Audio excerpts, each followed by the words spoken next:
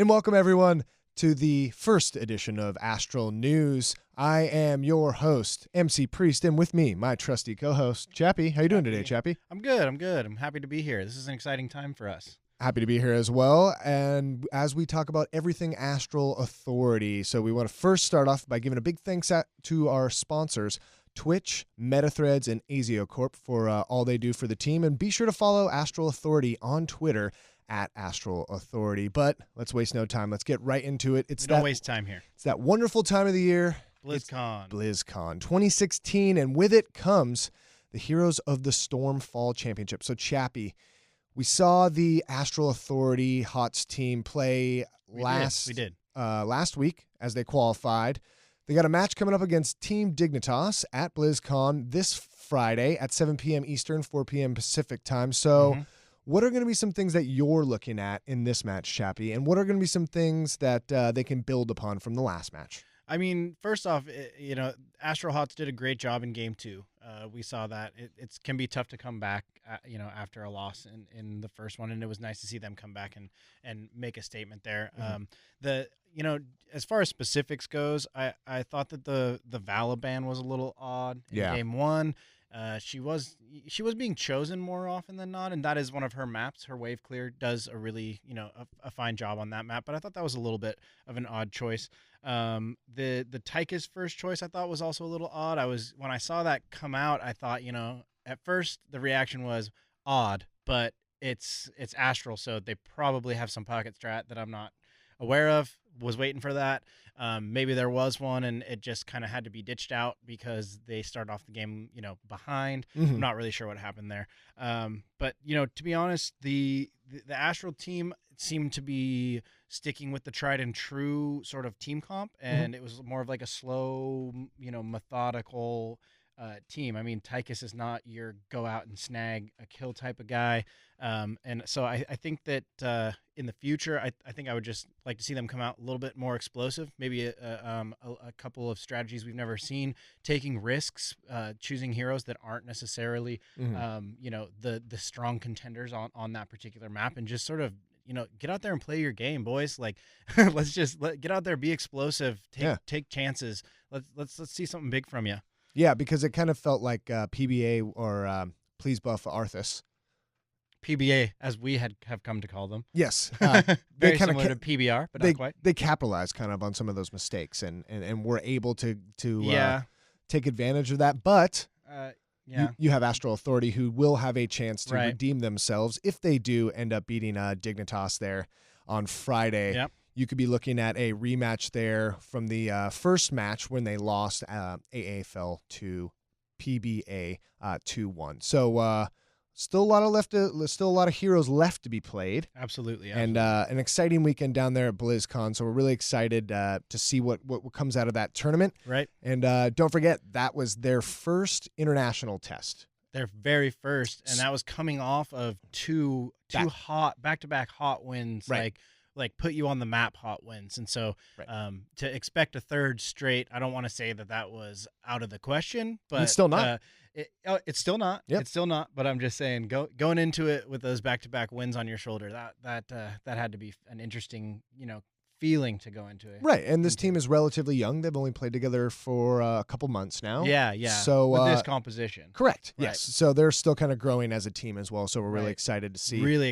Where how that goes up. But we also have some Smite news. The Astral Authority Smite team played last Sunday in the Challenger Cup Finals at High Res Studios there in Alpharetta, Georgia. They ended up falling 2-0 to Most Wanted in a very close match. But on the bright side, there's still relegations after the Smite World Championship, so there's a chance for them to come back and redeem themselves. Now, it was their first LAN, so a new experience for the team, a new experience for the Astral players as well.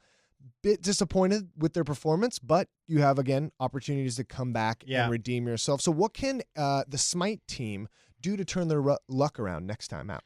Well, in all fairness, I would not consider myself like a master strategician for Smite. Right. But some of the things that I noticed was game Game 1, they let Data Remember have Jingwei. That's kind of, I mean, even I knew that he was a master with Jingwei, so I thought that was kind of interesting that didn't get banned a little sooner, or maybe first off. Along the same lines, it just seemed like they should put a little bit more focus on keeping some of their opposing team's players in check.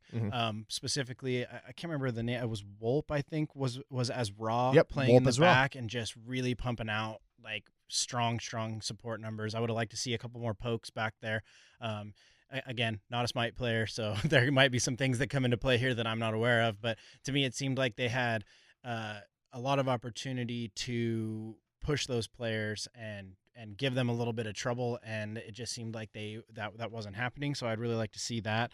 And as far as, you know, the big thing is, I think that some veterans for Astral need to really go out there and play their game. I mean, it comes back to that, like same with what we said for HOTS, play your game, get out there. You got to be calling the shots. And I mean, be like Kobe, get out there and make the right decision and direct your team towards victory. I mean, that's really what these come down to is because the ability is there. The ability is clearly there. And I think that being their first LAN, there's also a lot to be said about that. There could have been a little bit of jitters. I know if I was put in a glass box in front of a bunch of people and asked to play, I'd probably new scenario, new setting. New scenario, new setting. And I mean, like I said, just poke. Keep some of those players in check and keep them running around.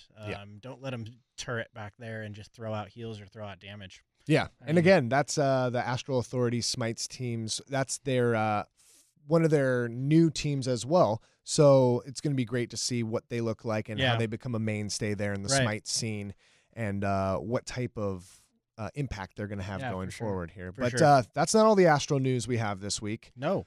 Well, one, we'll get into us in a little bit, but we do want to give a big shout out to the newest member of the Astral family. Yes. The new YouTuber for Astral Authority, Shadowhorn. Shadowhorn. Smite player, Overwatch player. Really fun to watch play Overwatch. Yeah. Really, really fun. And that's personally one of our favorite games to watch and play. It's really the only one we can actually step in the ring and with, think we box type of thing. Right. We can handle Overwatch for a little bit. So if you're looking for a new Twitch or a new Twitch to sub or a new Twitter to follow, make sure you check out Shadowhorn. So twitch.tv/ShadowhornGG or on Twitter @Shadowhorn. So at Shadowhorn. Yeah, look out for him. And a huge thank you again to our sponsors, Twitch, MetaThreads, and Azio Corp, for being a part of the Astral Authority team. We wouldn't be in these seats without you guys. And that's what we like to transition into. A big thank you to Astral Authority for bringing us on. We're going to be here. For giving us the authority to be here. To be the authority on everything Astral. So we're thankful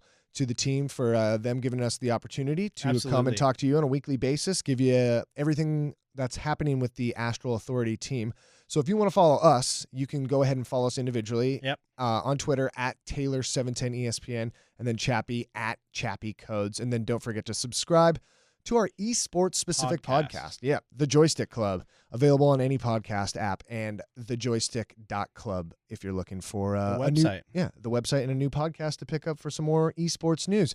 We'll talk about Astral Authority, of course, but we'll talk about a little bit more. So we'll go a little bit more in depth on the podcast. We're just going to squeeze in a little bit of personal stuff, and eventually the whole thing's going to be about us. But a little bit of personal stuff, but not too much. Not too much. So keep again, it on the lowdown. Big thank you to you for watching and tuning in. We're excited to be a part of the Astral Authority we're looking team. Forward to it. Looking forward to bringing you all the latest and greatest from the Astral Authority. And together, we are Astral Authority. But until we talk again, GG. GG.